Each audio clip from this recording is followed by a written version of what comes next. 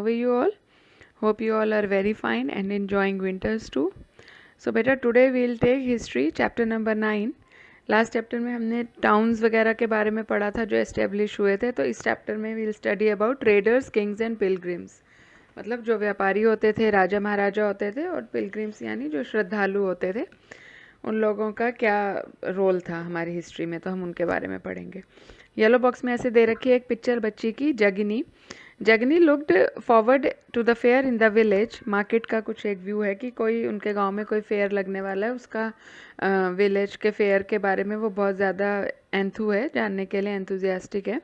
She loved to see and touch the pots and pans of shiny steel, bright plastic buckets, cloth printed with brilliant floral designs and clockwork toys, all of which came from the city. उनके गांव में तो ये सब होता नहीं, जो शहरों से आती हैं चीज़ें, उन सबको देखने के लिए, टच करने के लिए शी इज़ वेरी एक्साइटेड। जिसमें क्या क्या है, पॉट्स हैं, शाइनी स्टील मटेरियल है, प्लास्टिक बकेट्स, क्लोथ अलग सुंदर सुंदर डिज़ाइन के, क्लॉक वर्क टॉयज़ हैं, काफ़ी सारे टॉयज़ हैं वहाँ पे। तो वो सब देखने के लिए शी इज़ वेरी एक्साइटेड कि कब हमारे गांव में फेयर लगेगा, तो I look forward to these things. The man who spread out their wares came in buses and trucks went back at the end of the day. और ऐसे जैसे हमने मार्केट में पढ़ा है सिविक्स में, तो ऐसे देखो वहाँ पे भी जो ये सब बेचते हैं वो आते हैं एक बसेज या ट्रक्स में, और पूरे दिन वो करके मार्केट सेलिंग करके फिर चले जाते हैं।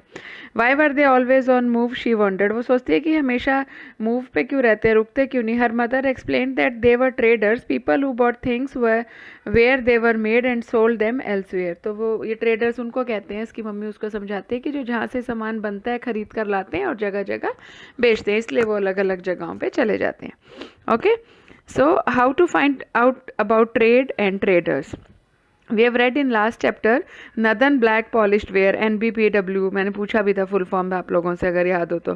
So this fine pottery, especially bowls and plates, were found from several archaeological sites throughout the subcontinent.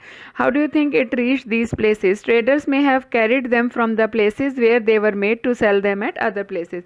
सबकॉन्टिनेंट्स में जो आर्कियोलॉजिकल स्टडी करते हैं, आर्कियोलॉजिस्ट हैं हमारे, उनको ये काफ़ी सारे पॉट्स और ऐसे बोल्स और प्लेट्स मिले हैं इस फाइन पॉटरी की, NBPW जिसको हम बोलते हैं। ठीक है, तो जो ट्रेडर्स थे वो इनको यहाँ से वहाँ ले जाकर बेचते थे। तो हमारे को हिस्ट्री में ये एक बहुत इंपॉर्टेंट मिला है, pottery ware. Okay, South India was famous for gold spices, इसको अंडरलाइन करेंगे, for gold spices specially pepper and precious stone. सोना, मसाले और ये स्पेशली पेपर यानी काली मिर्ची जिसको बोलते हैं, उसके लिए, प्रीशियस स्टोन्स के लिए जो हम अपने स्टोन्स पहनते हैं ज्वेलरी में, उसके लिए काफ़ी फेमस है South India. Pepper was particularly valued in the Roman Empire, कि उसको इतनी वैल्यू मिली हुई है ब्लैक पेपर को कि उसको वहाँ पे ब्लैक गोल्ड बोला जाता था रोमन एम्पायर में। ठीक है, so traders carried many of these goods to Rome in ships across the sea and by land in caravans. There must have been quite a lot of trade, as many as Roman gold coins. South India में जो archaeology study है उसमें Roman gold coins बहुत मिले हैं, तो कहते हैं कि वहाँ पे बहुत ज़्यादा ट्रेड किसका रहा है, इन चीज़ों को काफ़ी अक्रॉस द सी शिप्स में लेकर गए हैं, और ज़मीनों में कैरावाज बना के, मतलब जो भी उनका रहता था, कैरावा क्या होता है ना, ग्रुप ऑफ पीपल जब ट्रैवल करता है ट्रेड के लिए, तो वो बना के लेके गए हुए हैं। ठीक है, अ पोएम अबाउट ट्रेड देखेंगे। We can find evidence of trade in the Sangam poem. Here is one which describes the goods brought into Puhar, an important port on the east coast का पोर्ट है पुहार। वहाँ पे एक poem, ये संगम literature जो हमने पढ़ा था ना, तमिल में लिखा हुआ है, उसमें से एक पोएम दी हुई है हमें।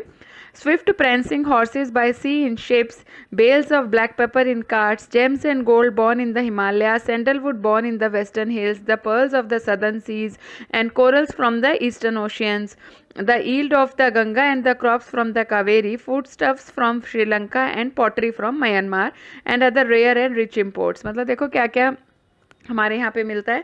ये सब एक पोएम में बताया गया है कि काफ़ी सारे तेज़ भागने वाले सुंदर सुंदर से हॉर्सेस मिलते हैं, उनको भी शिप में इधर उधर इंपोर्ट एक्सपोर्ट करते हैं। बेल्स ऑफ मतलब लाखों, मतलब काफ़ी टन्स ऑफ क्या बोलते हैं, ब्लैक पेपर लेके जाते हैं। जेम्स एंड गोल्ड जो हिमालय में मिल रहा है वो जाता है।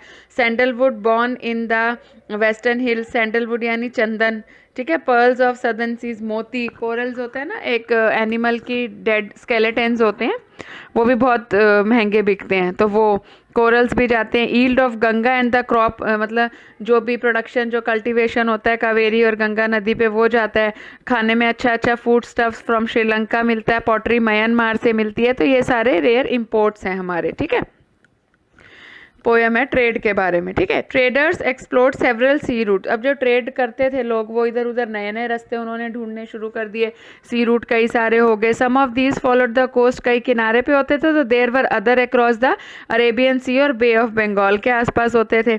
Where sailors took advantage of the monsoon winds to cross the sea. अब पहले इतने ज़्यादा कंपास और ये सब तो होते नहीं थे, तो उनको एक आइडिया लगा के वो इधर उधर जाते थे। तो उनको पता होता था मानसून विंड इस साइड की है, तो उस तरीके से if they wanted to reach the western coast, अगर उनको वेस्टर्न कोस्ट में जाना है ना, तो वो उसी मानसून विंड के सहारे ईस्ट अफ्रीका और अरेबिया में से सेल करते हुए वहाँ पर पहुँच जाते हैं। Sturdy ship had to build for these long journey.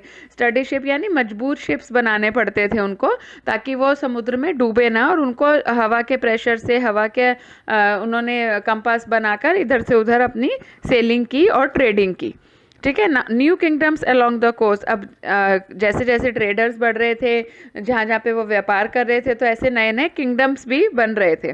The southern half of the subcontinent is marked by a long coastline and with hills, plateaus and river valleys. Among the river valleys that of Kaveri is the most fertile. ये हम कई chapters में पढ़ चुके हैं कि Kaveri river valley जो है मोस्ट फर्टाइल है, सबसे ज़्यादा खेती की जाती है वहाँ पे। Chiefs and kings who control the river valleys and the coast became rich and powerful. और जो भी वहाँ पे अमीर लैंडलॉर्ड्स होते थे, राजा महाराजा होते थे, वो अमीर बनते गए और ज़्यादा रिच होते गए, क्योंकि वहाँ पे काफ़ी फर्टिलिटी थी, तो उनको ट्रेड उनका जो था काफ़ी फ्लोरिश करने लगा। संगम पोयम में इसको मेंशन किया है, मूवेंदर को। This is a Tamil word, ये तमिल वर्ड है। मूवेंदर को अंडरलाइन कर लेंगे। इसका मीनिंग क्या है? 3 चीफ्स, मतलब 3 जो चीफ हो गए, 3 हेड हो गए। Use for the head of 3 ruling families. कौन कौन सी फैमिलीज थी वो? द चोलास, चेराज एंड पंड्यास, ठीक है। इसके लिए क्या वर्ड यूज किया गया संगम लिटरेचर में? मूवेंदर। हु बिकेम पावरफुल, ये करीब 2300 ईयर्स एगो की बात हो रही है। Each of the 3 chiefs had 2 centers of power, one inland and one on the coast. एक जमीन पर और एक समुद्र के किनारे। Of these 6 cities, 2 were very important, Puhar और Kaveri Pattinam, the port of Cholas and Madurai. Port of Cholas जो था, और Madurai and Madurai the capital of Pandyas. ये 2 जगह, पुहार जिसको कावेरी पट्टिनम भी बोलते हैं, पोर्ट है जो चोलास का था मतलब, एंड मदुरई जो है कैपिटल ऑफ पंड्याज। ये 2 इंपॉर्टेंट थी क्योंकि यहाँ सबसे ज़्यादा ट्रेड हुआ। The chiefs did not collect regular taxes. Instead, they demanded and received gifts from the people. They also went on military expedition and collected tribute from neighboring areas. तो जो chiefs होते थे, जो head होते थे, वो regular tax नहीं लेते थे, उसके बदले उनसे लोगों से वो gifts डिमांड करते थे, ठीक है। तो वो गिफ्ट लेते थे, और वो military expedition and collected tribute from neighboring areas में आसपास से भी वो इन सब चीज़ों की डिमांड करते थे, ना कि डायरेक्ट टैक्स लेवी करते थे उसके ऊपर, ठीक है। They kept some of the wealth and distributed the rest among their supporters, including member of their family, soldiers and poets. थोड़ा हिस्सा रखते थे, बाकी हिस्से को डिस्ट्रीब्यूट कर देते थे अपने परिवार में, अपने सैनिकों में और अपने पोएट्स में, जो उनके बारे में लिखते थे, ओके, जो उनके ब्रेवरी के, उनके अचीवमेंट्स को मेंशन करते थे, उन लोगों को दे देते थे। Many poets whose composition are found in the Sangam collection compose poem in praise of chiefs. देखो वही आगे ना आगे कि जो उनकी चीफ की प्रेजेस लिखी हुई हैं, उनके बारे में उनको वो बड़े बड़े प्रीशियस स्टोन्स, गोल्ड, हॉर्सेस, ये सब इनाम में देते थे, रथ वगैरह, अच्छे अच्छे कपड़े, सिल्क के कपड़े को बहुत अच्छा माना जाता है, आगे आएगा 20 चैप्टर में। तो वो सब चीज़ें वो उनको गिफ्ट करते थे, ठीक है। अराउंड 200 ईयर्स लेटर, 2300 ईयर्स से पहले की बात है, उसके 200 साल बाद a dynasty known as the Satvahans became powerful in Western India. Underline कर लेंगे कौन सी dynasty? सतवाहन्स। The most important ruler of Satvahan was, इसके नाम को अंडरलाइन करेंगे, गौतमी पुत्र Shri Satakarni. We know about him from an inscription, एक इंस्क्रिप्शन में उनके बारे में मिला है जो कि उनकी माँ ने ही लिखी थी। उनकी माँ का नाम था Gautami Balashri. He and other Satvahana rulers were known as lords of Dakshinapatha. उनको भगवान माना जाता था दक्षिणापथ के, जो कि साउथ की तरफ लीड, दक्षिण यानी साउथ, ठीक है, साउथ की तरफ रूट को लीड करते हैं। Which was also use as a name for entire southern region, को तब क्या बोला जाता था? Dakshinapatha. He sent his army to the eastern, western and southern coast. कहाँ कहाँ पर उन्होंने अपनी आर्मी भेजी थी? ईस्टर्न, वेस्टर्न और सदर्न कोस्ट में। Okay, the story of the silk route के बारे में आप पढ़ेंगे। The rich glossy colour of silk as well as smooth texture make it highly valued fabric in most societies. Making silk is a complicated process. Raw silk has to be extracted from the cocoons of silk worms, spun into thread and then woven into cloth. जो silk है सबसे fine कपड़ा होता है बेटा, सबसे fine, सबसे महंगा कपड़ा होता है सिल्क का कपड़ा, जो कि सिल्क वॉर्म एक कीड़ा होता है उसके कुकून में से निकलता है, और उसको बनाना भी इट्स रियली टफ। उसको धागे में बनाते हैं, फिर उसको कपड़े में बनाया जाता है। तो सबसे फाइनेस्ट फैब्रिक होता है silk. Okay, techniques of making silk सबसे पहले बनी थी चाइना में around 7000 years ago, while the methods remained a closely guarded secret for कई सालों तक उन्होंने बताया ही नहीं था कि वो कैसे इससे कपड़ा बना रहे हैं। सम पीपल फ्रॉम चाइना अलग अलग जगह पर जो गए अपने हॉर्स पे, कैमल्स पे, वो सिल्क लेके जाते थे, तो उस रास्ते को क्या बोलने लग गए थे? Silk root. क्या बोलने लगे थे? सिल्क रूट बोलने लगे थे। जहाँ जहाँ भी सिल्क फैला, जहाँ जहाँ भी सिल्क की पब्लिसिटी हुई, सिल्क का ट्रेड हुआ, और चाइना और वहाँ से लोग निकलते थे हॉर्स पे और कैमल्स पे लाद कर, तो वो उस पूरे रास्ते को बोलते थे silk route. Sometimes Chinese ruler sent gifts of silk, वो सिल्क का ही गिफ्ट भेज, क्योंकि सिल्क जो है बहुत महंगा कपड़ा है, ठीक है, उसी का गिफ्ट देते थे। किनको? ईरान और वेस्ट एशिया में। तो जो इससे अलग अलग जगह पे सिल्क पहुंचा, तो उसकी नॉलेज भी लोगों में ज़्यादा फैलने लगी, वेस्ट तक स्प्रेड होगी। Around 2000 years ago wearing silk became the fashion amongst the rulers and rich people in Rome. Rome में ये इतना फैल गया कि लोगों को, जो अमीर लोग होते थे, उनका एक सिंबल बन गया कि सिल्क पहन रहे हैं, दे आर वेरी रिच, ठीक है। It was very expensive as it had to be brought all the way from China. अलग अलग खतरों से लेकर उसको आते थे, माउंटेन डेजर्ट से पार कर, क्योंकि चाइना में सिल्क बनने लग गया था। उन्होंने कई साल तक किसी को बताया ही नहीं था ये कि कैसे बनाते हैं वो। People living along the route often demanded payments for a long trade. और जिस रास्ते से वो आता था, तो लोगों को पता था सिल्क जा रहा है, तो लोग वहाँ पे मदद मांगते थे कि हमें कोई लूट ना ले, हमने ये ट्रेड करना है, आगे जाके वेस्ट में जाना है, सब कॉन्टिनेंट में कहीं और जाना है, रोम तक पहुंचना है। तो वो क्या करते थे कि बीच में लोगों को रास्ता देते थे जाने का, ठीक है, और उसके बदले में उनको कुछ देते थे या प्रोटेक्शन मांगते थे वो, ठीक है। लुक एट मैप, पीछे जो मैप है उसमें आप देखेंगे, which shows the silk route and its branches, कहाँ कहाँ तक। Some kings try to control large portions of the route, this was because they could benefit from taxes, tributes and gifts that they were brought by traders. जो मैंने अभी आपको बोला कि ना, कई राजा महाराज तो सिल्क रूट पे कब्जा करने की कोशिश करते हैं कि हमें इसके बदले में इनाम मिलेगा, गिफ्ट्स मिलेंगे, और अगर हम यहाँ से इसका ट्रेड करने देंगे तो कुछ परसेंटेज, कुछ कमीशन हमें भी मिलेगी। In return they often protected, और उनके बदले उनको क्या करना होता था? जो ट्रेसपासर्स होते थे, चोर लुटेरे होते थे, उनसे उनको माल को बचाना होता था, ठीक है।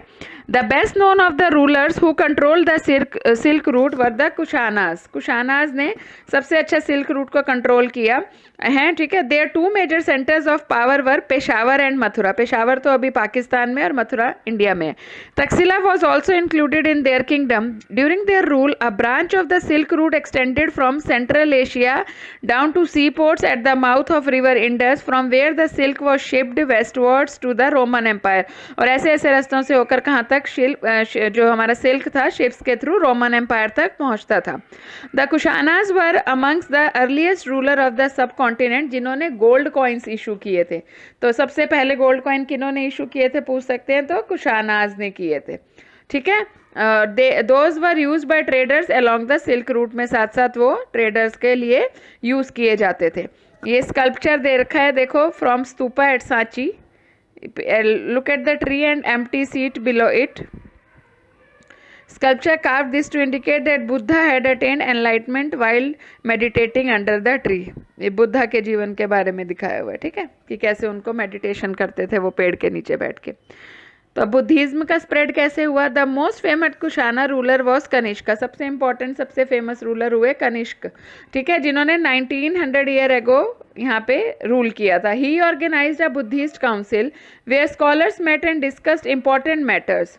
Ashwagosha, a poet who composed a biography of the Buddha Charitra, lived in his court.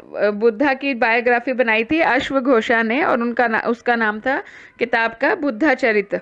ठीक है। अश्वघोषा जो थे other Buddhist scholar now begin writing in Sanskrit में लिखना शुरू किया था। A new form of Buddhism known as Mahayana Buddhism now developed. इसमें क्या था, this had two distinct feature, इसके दो डिस्टिंक्ट फीचर थे, इंपॉर्टेंट क्वालिटी थी महायाना बुद्धिज्म की। क्या थी, बुद्धि earlier the Buddhas presence was shown in sculpture for by using certain science.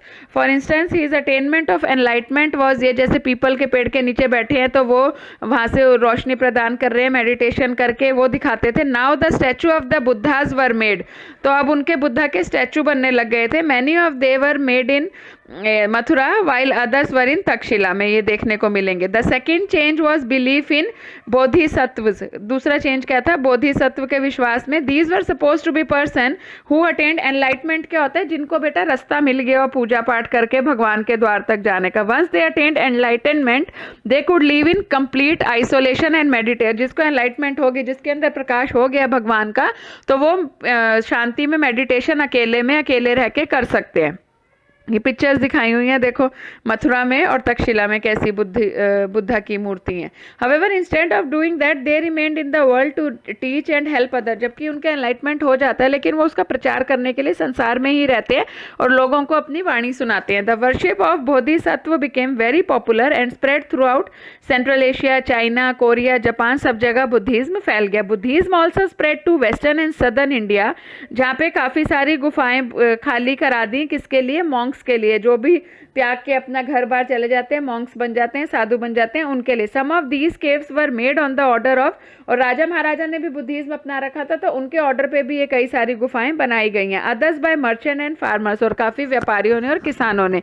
These were often located near passes through the western Ghats. Roads connecting prosperous ports on the coast with cities in the Deccan ran through these passes. Traders probably halted in these cave monastery during their travels. तो उनको आने जाने में travellers को भी आसानी होती थी, ट्रेडर्स को भी, वो वहाँ पर रुक सकते थे।